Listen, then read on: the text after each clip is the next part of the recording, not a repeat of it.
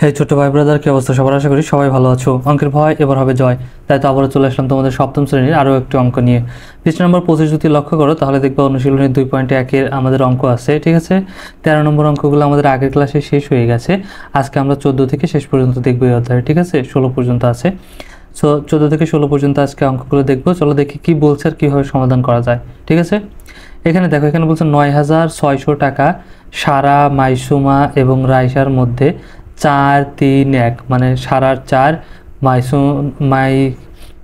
মাইমুনার 3 এবং হচ্ছে রাইসার 1 অনুপাতে ভাগ করে দিলে কে কত টাকা পাবে সেটা আমাদের বের করতে হবে, ঠিক আছে। এই অঙ্কগুলো কিন্তু আমরা আগেও করেছিলাম, আগের ক্লাসগুলো যদি করে থাকো তাহলে জানবা, খুব ইজি।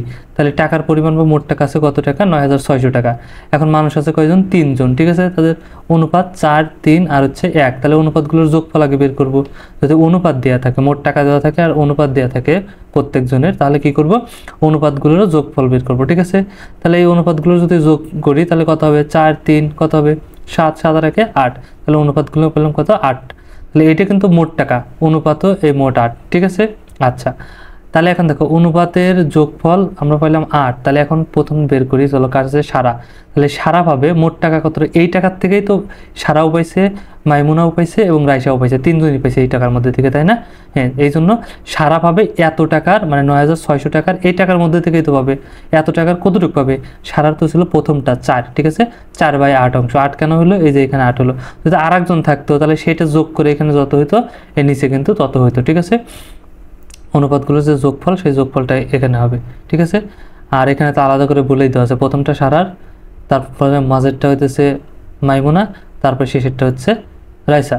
তাহলে প্রথমটা হচ্ছে 4। তাহলে এত টাকার 9,600 টাকার 4/8 অংশ। তাহলে এটাকে যদি আমরা কাটাকাটি করি, 8 দিয়ে যদি 9,600-কে আমরা কাটি বা ভাগ দিই তাহলে কত হবে? 1,200, ঠিক আছে। আচ্ছা, তাহলে এখন নিচে 1 হয়ে গেছে, আর তো কিছু করা যাবে না, তাহলে উপরে উপরে গুণ। তাহলে 1,200-কে 4 দিয়ে গুণ দিলে 4,800 টাকা। সেমভাবে মাইমুনা পাবে 9,600 টাকার। মাইমুনার কত ছিল? মাইমুনা মাঝের, এই মাঝেরটা, তাহলে 3/8, ঠিক আছে। এই যে 3 এই যে যোগ করে 4, তাহলে 3/8, তাহলে 3/8 অংশ। তাহলে আবার করবো, 8 দিয়ে থেকে কাটি, সেমভাবে 1200 হবে বা 1,200। একে যদি এখন 3 দিয়ে গুণ দেই কত হয়ে যাবে? 3,600। এখন সেমভাবে রাইসারটা আমরা বের করে ফেলতে পারি, ঠিক আছে। এবং রাইসা পাবে ওই 9,600 টাকারই কত? 1/8। কেন? কারণ এই লাস্টেরটা একই ছিল, ঠিক আছে, ওর অনুপাত। তাহলে 1/8 অংশ। তাহলে সেমভাবে একে যদি কাটি 1200 আরকে 1 দিয়ে গুণ করলে 1200 টাকা। তাহলে তিনজনেরটাই কিন্তু পেয়ে গেলাম। দেখো, সারা, মাইমুনা এবং রাইসা। তাহলে আমরা এখানে লিখে দেবো যে সারা পাবে এত টাকা, মাইমুনা পাবে এত টাকা এবং রাইসা পাবে এত টাকা, ঠিক আছে। কারণ এখানে আমাদের কি বলছিল? প্রত্যেকেরই বলছিল, ঠিক আছে। কে কত টাকা পাবে, তার মানে প্রত্যেকেরটা লিখে দিতে হবে। তাহলে লিখে দিলাম, ওকে। আচ্ছা, সেমভাবে তারপর এটা কি বলছে? 3 জন ছাত্রের মধ্যে 4,200 টাকা তাদের শ্রেণী অনুপাতে ভাগ করে দেওয়া হলো। তারা যদি যথাক্রমে ষষ্ঠ, সপ্তম এবং অষ্টম শ্রেণীর শিক্ষার্থী হয় তবে কে কত টাকা পাবে? একদম সেম জিনিস। ওইখানে খালি বলছিল সারা নাম দিয়ে দিছিল, এখানে শুধু আমাদের নাম দিয়ে দিছিল মাইমুনা, সারা, মাইমুনা আর রাইসা। আর এখানে আমাদের কি দিছে? ষষ্ঠ, সপ্তম আর অষ্টম। আর মোট টাকা এটা দিয়ে দিছে, পারবো না? একই জিনিস কিন্তু, ঠিক আছে। তাহলে 3 জনের শ্রেণীর অনুপাত কত? 6, 7 আর 8। তাহলে অনুপাতগুলোর যোগফল বের করি। 6, 7 আর 8-এর যোগ 21, ঠিক আছে। তাহলে এখন মোট টাকা ছিল কত? 4,200 টাকা। এটা চাইলে লিখে নিতে পারো, মোট টাকা 4,200। তাহলে এখন ষষ্ঠ শ্রেণীর শিক্ষার্থী পাবে কত? ষষ্ঠ শ্রেণীর শিক্ষার্থী পাবে এই 4,200 টাকার 6/21, কারণ এই যোগফল হচ্ছে 21, তাহলে 6/21। তাহলে এখন আমরা যদি কাটি, 21 দিয়ে যদি 4,200-কে ভাগ দেই তাহলে এখন কত হবে? 2 আর 2 শূন্য, তাহলে 200। 21 দিয়ে 4,200-কে কাটলে 200, আর 200 দিয়ে 600-কে গুণ দিলে উপরে উপরে গুণ হয়, তাহলে 200 দিয়ে 600-কে গুণ দিলে 1200 বা 1,200 টাকা। সেমভাবে সপ্তম শ্রেণীর কত পাবে? সেমভাবে সপ্তম শ্রেণীর ছাত্র পাবে 4,200 টাকার 7/21, কারণ মোট ছিল 21, তাহলে সপ্তম শ্রেণীর, তাই জন্য 7/21 অংশ। একে কাটলে সেমভাবে 200-কে 7 দিয়ে গুণ দিলে 1400। সেমভাবে অষ্টম শ্রেণী যদি আমরা চিন্তা করি তাহলে অষ্টম শ্রেণীর ছাত্র পাবে 4,200 টাকা বা 4,200 টাকার 8/21 অংশ, ঠিক আছে। সেমভাবে আমরা যদি আবার কাটি, 21 দিয়ে 21-কে ভাগ দিলে 1, 21 দিয়ে 4,200-কে ভাগ দিলে 200। তাহলে এখন 200-কে যদি 8 দিয়ে গুণ দেই 1600, ঠিক আছে। তাহলে কিন্তু পেয়ে গেছে টাকা। ষষ্ঠ শ্রেণীতে 1200, সপ্তম শ্রেণীতে 1400 আর অষ্টম শ্রেণীতে 1600 টাকা কিন্তু আমরা পেয়ে গেলাম। এটা জাস্ট তুমি যদি লিখে দাও তাহলেই হয়ে গেল, ওকে। সেমভাবে এখন খেয়াল করো, এখানে 16 নম্বর আমাদের বলছে সুলাইমান ও সালমানের আয়ের অনুপাত 5:7। সালমান ও ইউসুফের আয়ের অনুপাত 4:5। সুলাইমানের আয় 120 টাকা হলে ইউসুফের আয় কত? এখন দেখো এইখানে আমাদের কি করছে, একটু ঘুরায় দিছে। এখানে কার সাথে, এখানে সুলাইমানের সাথে সালমানের আয়ের অনুপাত দিছে, আর এখানে সালমান ও ইউসুফের আয় দিছে। আর এখানে আবার কার টাকা দিয়ে দিছে, সুলাইমানের। তাহলে সুলাইমানের টাকা দিয়ে দিছে, সুলাইমান কার সাথে সম্পর্ক দেখো তো, এই যে এখানে সুলাইমান ও সালমানের আয়, ঠিক আছে। তাহলে এটা আমি তোমাদেরকে একটু করে দিচ্ছি, দেখো একটু বোঝার চেষ্টা করো, বুঝতে পারবা। তাহলে এখানে সুলাইমানের সাথে সালমানের আয় দিছে না, তার মানে এইটা আমরা লিখতে পারি, এইটা, ঠিক আছে। তার মানে সুলাইমান ও সালমানের অনুপাতটা যদি আমরা লিখি, দেখো সুলাইমান ও সালমান, সুলাইমান ও সালমানের অনুপাতটা যদি আমরা এখানে লিখি তাহলে কত হবে বলো তো? এই যে এখানে আছে না 5, একটু সরি, আচ্ছা দেখো, তাহলে সুলাইমান আর ও সালমান এদের অনুপাত কত হবে?